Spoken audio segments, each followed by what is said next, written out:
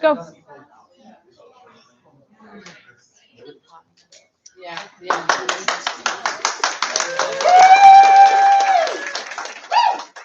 Thank you, Noah, for starting that lovely round of applause. Oh man, this is the first time I've stood in front of a crowded room in like 2 years. This is amazing. Thank you all for being here. I love you. Okay. I'm gonna give a speech. There will be tears. I'm warning you ahead of time. Louder. Mom's going louder. Okay. My name is Emma G. Rose, and this is my tiny cousin Addison.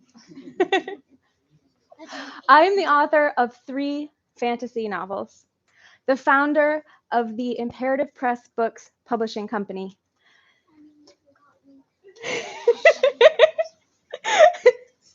The editor of a fundraising anthology, the co-host of the Indie Book Talk podcast.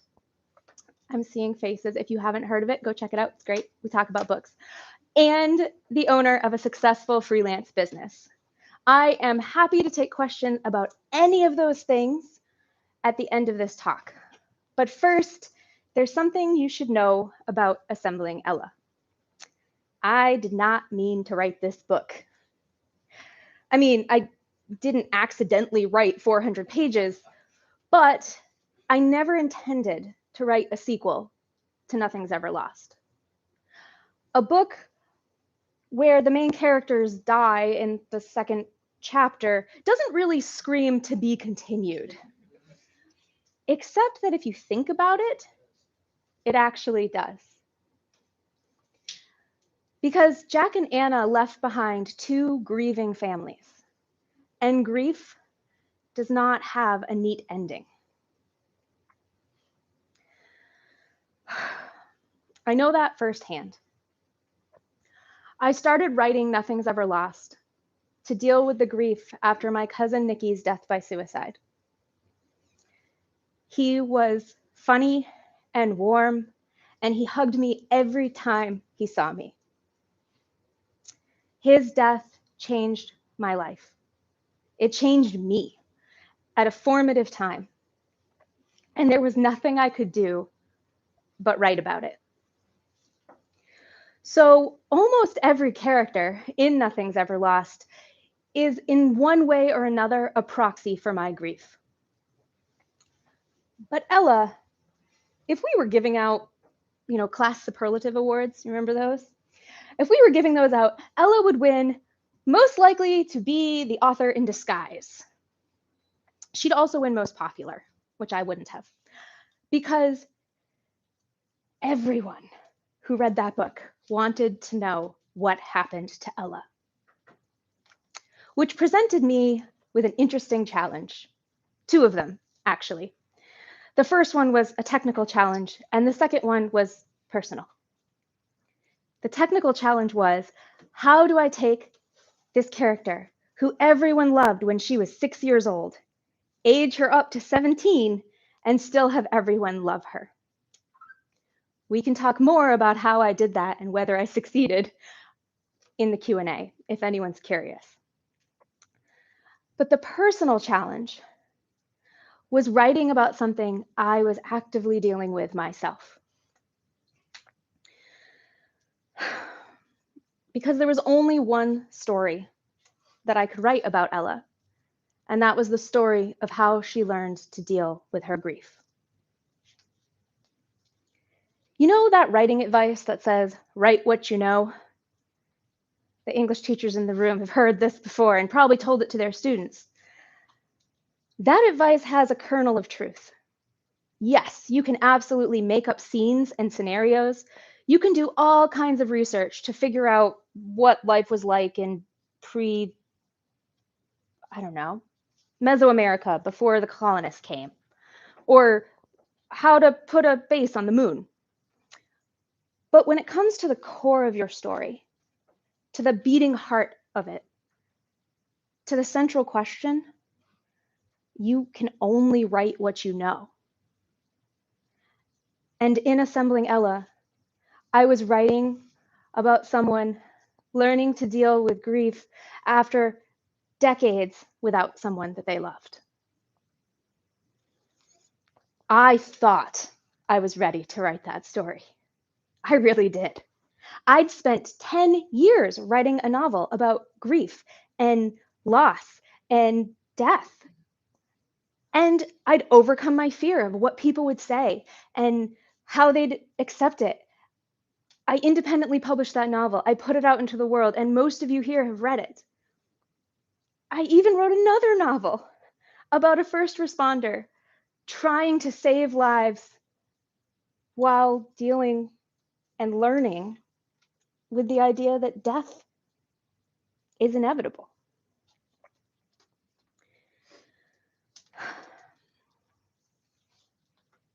I thought I had that grief thing handled. And then I started to write. And I have to tell you, a dozen years after my cousin's death, in the midst of a pandemic, with grief swirling all around me, the words did not come easy. It seemed possible that I really wasn't dealing as well as I had thought.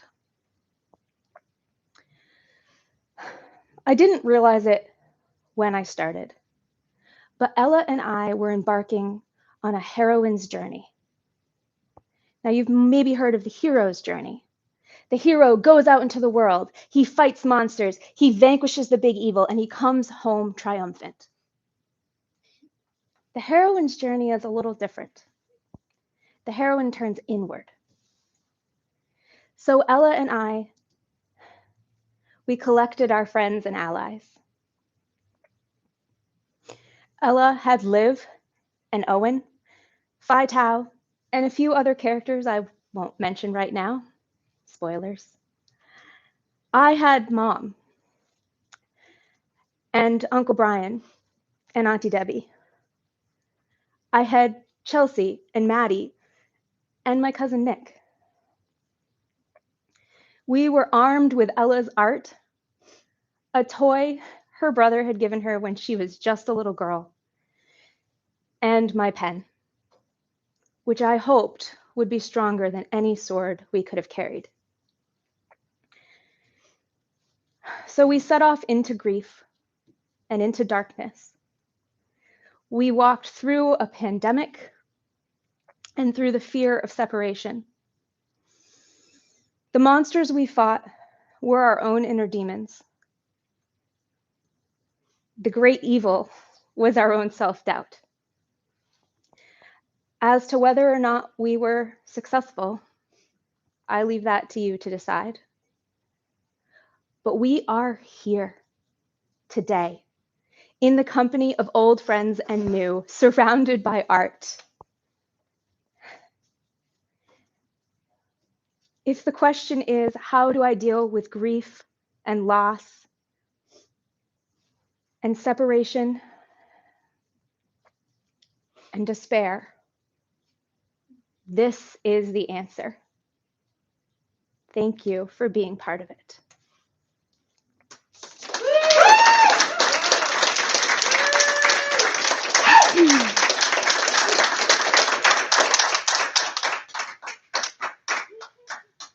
So I'm gonna give you all a moment by actually reading a section from the book, and then we'll do questions. Does anyone need tissues? Because I got them. I promise this part's actually kind of funny. I'm reading from chapter 6, Suggestions for Emulation.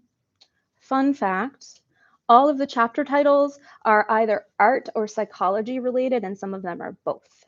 There's a weird amount of overlap between those two subject areas.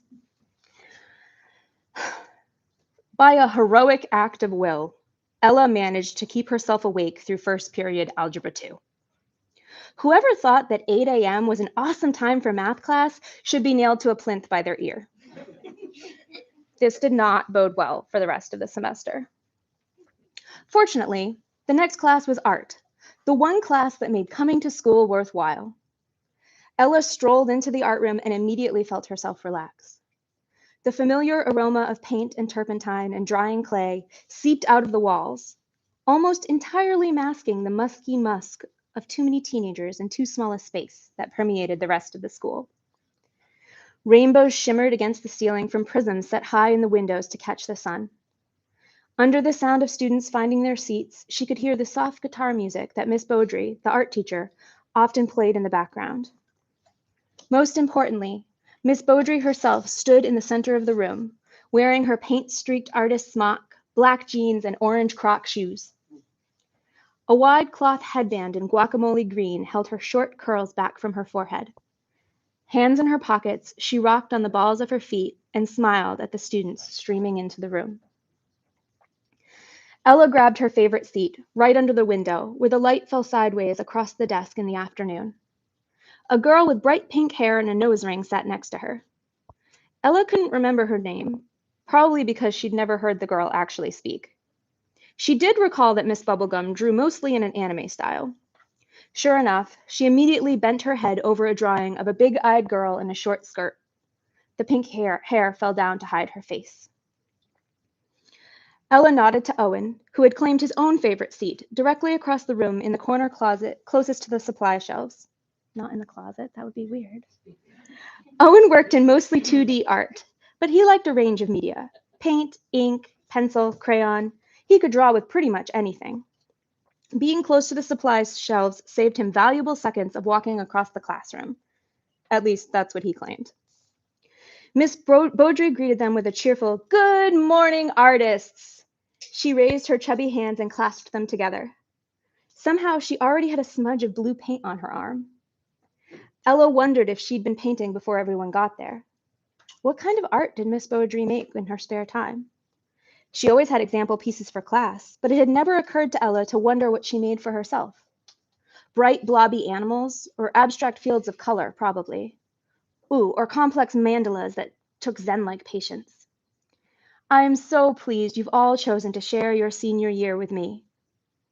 It would have sounded ironic coming from anyone else, but Miss Beaudry had this way of making you feel like you were just as legitimate as any artist with a Soho gallery show. It was something about the way she listened intently when you talked and looked carefully at what you made. If all her teachers were like this, Ella might have managed better than a barely B average. This semester is going to be a little different, Miss Beaudry said. Since you're all seniors, I'm going to consider this your capstone. I've introduced you to all different kinds of art styles and a range of art history topics over the last 3 years. Now I want to see how you put them to use in your own work. This was the kind of class Ella could get excited about. She was going to be allowed to just make art. That was practically the whole point of living as far as she was concerned. Now we still have to cover a bit of theory, so I have something to quiz you on. Groans echoed around the room. Miss Beaudry raised both hands to hush them. But all of the creation time will be yours to use as you see fit. All I ask is that you create one project or collection that you're truly proud of by the end of the semester. Ella's mind was already in overdrive. She had a pile of sketches at home with ideas she'd love to build. She just didn't have the time or the materials. Maybe this assignment would convince Mom to kick in some extra money for art supplies. It wasn't like she needed dozens of fine canvases or anything. Even $20 or $30 could go a long way toward assembling something truly awesome. And I want to encourage each and every one of you to start thinking about a piece to submit to the Maine Regional Scholastic Art Awards. Ella knew all about those. She'd entered last year, and the year before that, and the year before that. Any work that made it to the regional exhibition automatically got entered into the congressional competition with the possibility of being shown in Washington, D.C. Whoa. Despite her serial submissions, she hadn't gotten so much as an honorable mention. Not even last year, when she'd assembled a 1/100th scale model of the Statue of Liberty out of prize toys she'd collected from years of kids' meals at fast food restaurants. She'd spent hours on it, yet some watercolor of a dog wearing a tutu had won a prize. The day they'd announced the news, she spent the whole evening dismantling her sculpture for parts. But this year would be different. She was going to do something completely original, something that would stagger the judges. She had to win this time, or at least place. Ella knew her stuff was good. At least she was pretty sure, most days. The rest of the class was mostly talky talk. That was the problem with the first day of school. Every teacher wanted to tell you all about their agenda for the year as though you were actually going to remember it. Even Miss Beaudry couldn't seem to repress that impulse. At least it gave Ella plenty of time to daydream about her masterwork. As they left the art room, Owen asked, "So, what are you going to make for the contest this year?" Ella had plenty of ideas, but none of them felt like something worthy of a congressional award. "I don't know yet. Maybe something with an environmental message, like the Wash to Shore project. But I don't know, that might be too derivative." Owen nodded. They'd had several conversations about those sculptures, which were made out of trash pulled from the ocean. The point was to remind people that the stuff they threw away didn't just disappear. That was Ella's point too, more or less. Except she also wanted people to think about maybe not throwing that stuff away at all. Like, just because something was broken or old or worn didn't mean it was useless. She'd have to work on her artist statement. "It is an important message," Owen said. Ella noticed he didn't say anything about whether it was derivative, which probably meant he thought it was. "I want to win this year," Ella said. "Or at least place." "Place that right back in the dumpster," said a voice from behind them. She hadn't spoken loudly, but Kristen Lund's voice had that kind of nasal whine that tended to carry. Ella would have recognized it anywhere. She started to turn, intending to tell Kristen exactly where she could shove her opinion, but Owen caught her sleeve. "Don't give her the satisfaction," he muttered under his breath. Kristen brushed past them, which is to say she brushed past Owen. Even though there was plenty of space for her to just walk by like a normal person, she made sure to lean toward him so her hair swept across his upper arm as she passed. Owen shuddered. Ella rolled her eyes. They both kept quiet until Kristen was out of earshot. "Ugh," Owen said. "I think she has a crush on me." "Oh, really? You think so? Only since like 5th grade." Owen made a face like he smelled something foul. "But she's so mean," he said, as if no mean girl had ever looked lustily at a boy. "And what is her deal with you?" Ella shook her head. "Don't know, don't care. Some people think it's not real art unless there's an urn in it somewhere." "What is your obsession with urns?" "Or a plinth," Ella added, trying to keep the conversation moving. It did bother her that Kristen thought her work was literally trash and not just made out of it. Anytime anyone disliked her art, it triggered an interior monologue that went something like this. "She doesn't like my work. Of course she doesn't. Why should she? It's trash. Literally trash. What do you expect when you make art from junk? You should make an urn out of empty paint tubes and put it on a plinth made out of canvases and call it 'Shut Up, Kristen,'" Owen said. "It's not even like you're actually an artist. You barely know how to draw. Kristen Lund could draw better than you in 4th grade." "How exactly would I make a plinth out of canvases? Last time I checked, plinths were solid." "I don't know. You're the sculptor. I just draw and paint stuff." "And painting. We won't even talk about painting. No, you're basically just a kid playing with toys and you know it. At least kids grow out of it eventually. What are you going to do? Go to New York and get discovered? Please. You've never been further south than Portland in your whole life." Ella tried to ignore the internal spiral while her mouth spotted silly observations. It almost worked. Shifting her focus would have been a lot easier if Owen would have just let it go. "Then you take a photograph and you take a photograph of the actual fire, and then you set the sculpture on fire. Wait, now I'm Baldessari? And put the photo in a museum. You call it 'Seriously, Kristen, shut up.'" Owen chattered away while they walked to the cafeteria, got their food, and found seats next to Liv. Ella thought he might be over-caffeinated, or possibly under-caffeinated. Either way, he didn't have the exact right amount of caffeine, and it showed. He told the whole story to Liv, complete with an impersonation of Kristen that was basically just a high-pitched whine. Liv licked pudding off her spoon. "She's jealous of Ella." "She should be. Ella's great," Owen said. "Ass kisser," Ella muttered. "No," Liv said. "I mean, yes, obviously Ella is awesome, but she's jealous that you and Ella spend so much time together." "What?" said Ella. "Why?" said Owen. Liv wiggled the spoon back and forth between them. "She thinks you guys are a thing." Ella dropped the french fries she'd been holding. It spattered into her ketchup. "Ew," she said. Owen gave her a rumple-eyed look. "Hurtful?" Ella punched his shoulder. "You know what I mean. You're practically my brother." She'd always thought of Owen like a brother. When they were little, she used to imagine that Jack hadn't died in a car accident when she was 6, but had instead done some kind of magic spell to transform himself into someone closer to her own age so they could grow up together. In this fantasy, Owen actually was her brother. He just looked different so no one would be freaked out. Obviously, she didn't actually believe that anymore, but she held on to that fantasy way longer than was probably healthy. The idea of dating Owen, holding hands, kissing, it was unthinkable. Yeah, well, While you two fantasize about becoming the next Picasso, one of us is actually paying attention to what goes on around here. And the rumor is that the reason Ella refuses to date anyone is because she's secretly in love with you. Yeah, no, Ella said. Understandable. I'm very charming, Owen grinned. Not to mention handsome. You have something in your teeth there, stud muffin. What exactly is a stud muffin? Ella asked, happy to shift the conversation away from awkward rumors about her lack of love life, which she didn't want anyway. She generally found guys kind of icky. Anytime someone says that, I picture a bedazzled breakfast pastry. Ooh, Ella, you should make one of those, Owen said. You could use a cupcake surprise doll instead of a muffin, Liv added. That would be more on brand.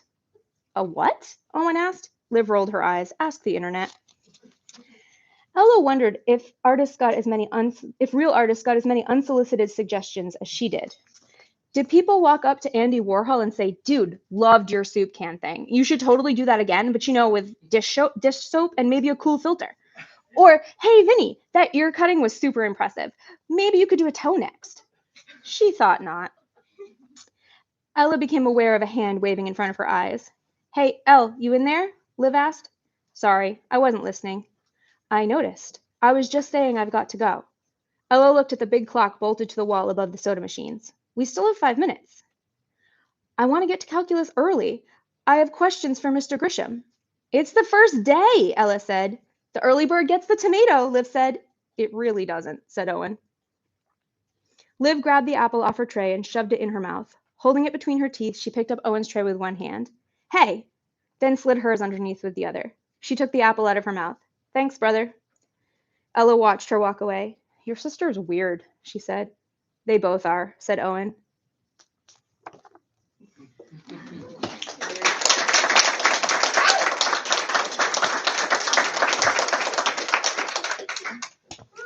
Okay, I read the thing. Yay. If anyone needs to leave, it would be okay if you left now. I wouldn't cry. But if you have questions, I'm here to answer them. Way in the back. What was your last job you said you had? What was that? My last job that I have is I have a freelance writing business, and I write blog posts and social media content and all kinds of other stuff for companies. You're welcome. That was a softball. How do you remember high school that well to know the conversation that well? Yeah. The secret is I never grew up past about 16. So I get that a lot, and I think it's funny because I don't actually hang out with teenagers that often, but I really think I've just never progressed past that, which is why I write the teenage genre so well. Thank you. What's the next book? What's the next book? Oh, she's asking this because she knows. So the next book is actually about Owen. Yay. And you will discover that there's something going on with Owen in this book that it's not fully dug into, but the next book will fully dig into it. So if you like Owen, saddle up because we've got more. You said that you hope that your pen and your family would help you through it. Do you really work with a pen? That was a fabulous question. Thank you. Rarely. Every once in a while I do, because there's something about pen to paper that is a different creative outlet. But in most cases, I do compose directly into a computer because ain't nobody got time for typing over. So yes, most of the time I type, but like the speech I wrote by hand because it was the only way to get it out of my brain.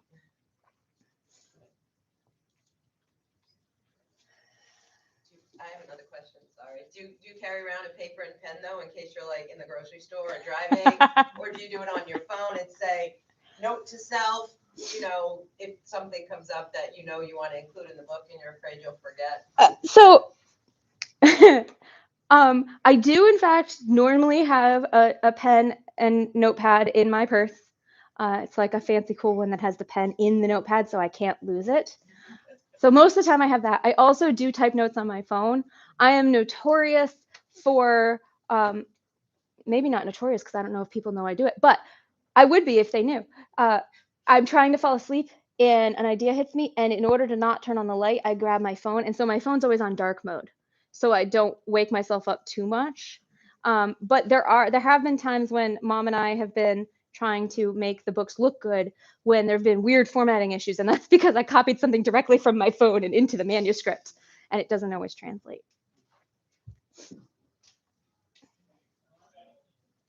I hear people. Oh, two How great questions. is your mom?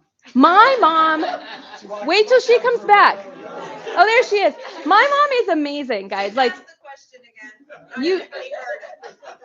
How great is your mom? so Thank you, Debbie. this sounds like a joke, but for real, all of this is Mom. I did like next to nothing. I think I picked up a balloon at the grocery store because I saw it and went, ooh, sunflower. Other than that, I wrote the book and that's it. She's read this book like 6 times because she has edited it and edited it and edited it. And she has gone through and done, like, we've had arguments about, does this period go here?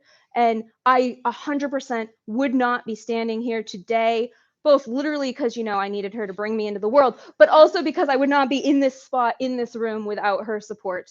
And she has just been tireless in making sure that this happened and working for almost no pay and not enough thanks. So everyone, if you like what I do, thank my mom before you leave.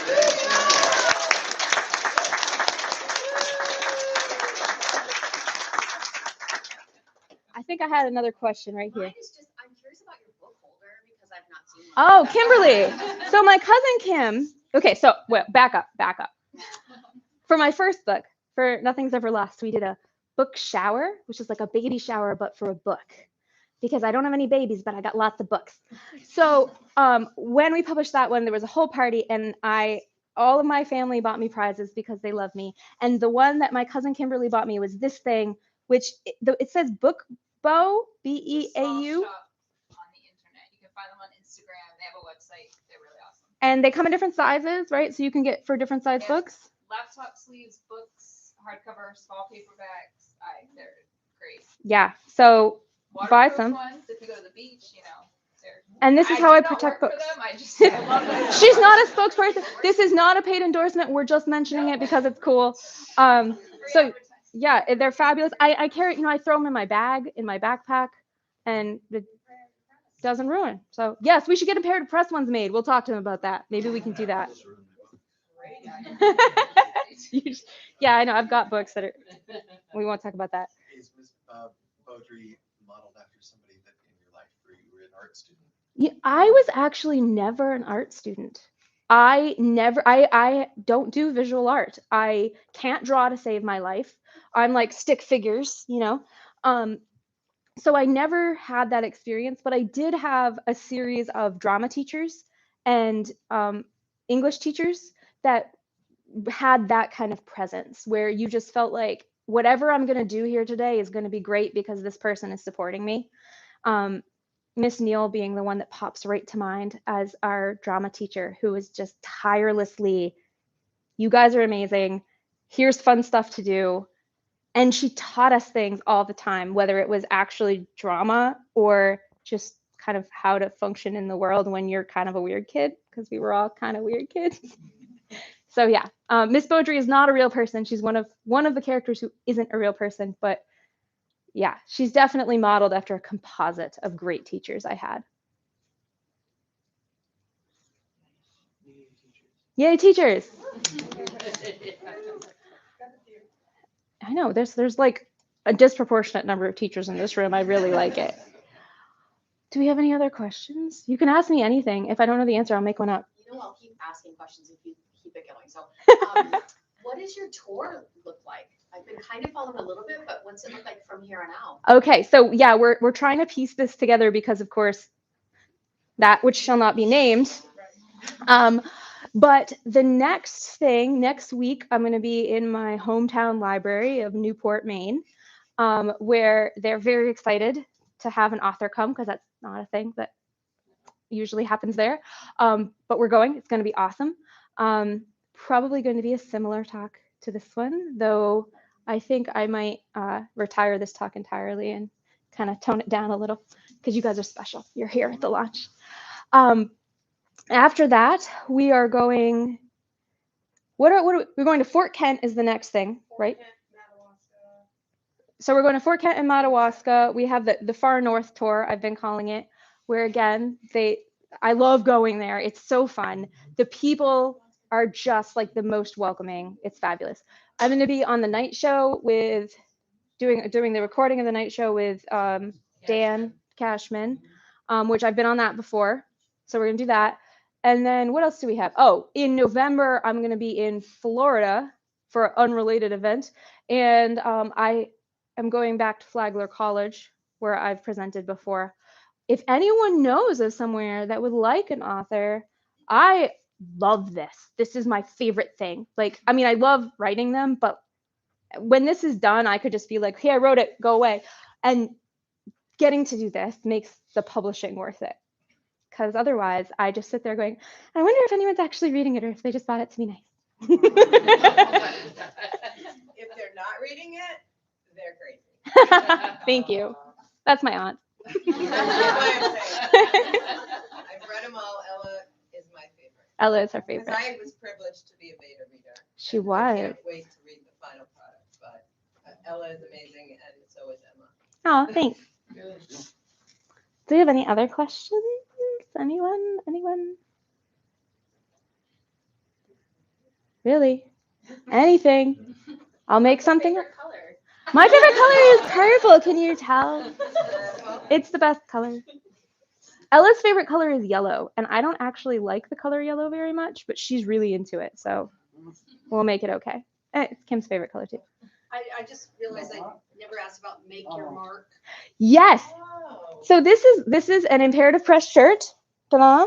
You can get it in our merch shop, which I just set up 2 days ago, and I'm very excited about. I designed this shirt myself, and it is in fact a joke from the book. So as you read Ella, you will come across a point where someone is asked to make their mark, and then you will laugh because this and that, no relation. It's hilarious. Okay.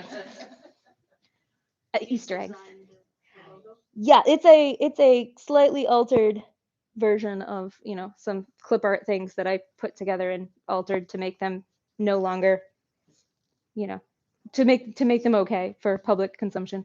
Sorry, I'm full of questions. That's fine. That's Are you open to publishing other authors with your publishing company, or is it always going to be Emma G. Rose? I am open to publishing other authors. I am going to be very selective because it is a hugely labor-intensive process. The mission of Imperative Press Books is to amplify niche voices. So people who write weird books, who maybe agents are going to say, we love this, but like we can't sell it because it's too weird. I want it. Give it to me. So yes, that's a thing. We're working on it, but it is, like, you guys, hugely labor intensive, as we learned from publishing the anthology, which, whoa. Glad we did it. Huge amount of work. We might do it again. I don't know. Depends on if I can convince Mom that it's a good idea. All right. So I'm gonna, if anyone has any burning last minute questions, this is your last chance because I want to let people get on with their lives, I suppose. Oh, and we have to do the drawing. Will Owen be coming out next July? My intention is that Owen comes out next July. It would help if I wrote it. I have about 300 words right now, but words. 300 words. It's a start. Better than one. Because I need to know what happened to Owen. I know. Everyone needs to know what happens to Owen. Once you read it, you're going to be like, where's the next one? Did everybody put in for their raffle? Yes. No. Okay, Beth put you in. There you go. Am I going to draw? Is that kosher? Of course it is. Okay. You can't see. Oh, Addison can. Make Addison do it. Addison, draw a thing. Pick a name. That way I don't have to do it. Can you read it? She can read. She's amazing. Well, it might, It's kind of hard. because it's, yeah. It's handwriting. What does it say?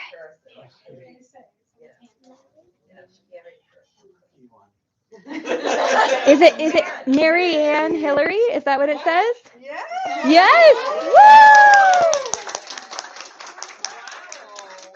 you have won a whole bunch of Imperative Press swag, including a one-of-a-kind hand-embroidered tote bag done by a friend of mine who does not take commissions but just loves me.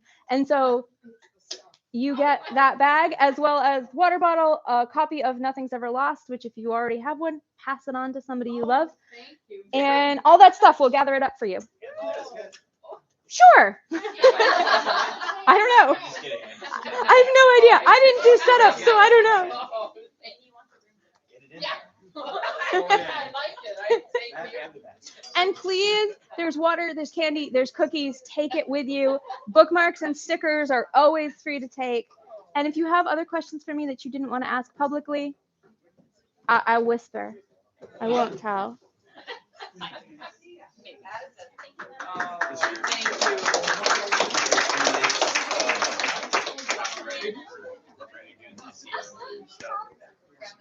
Yeah, I write for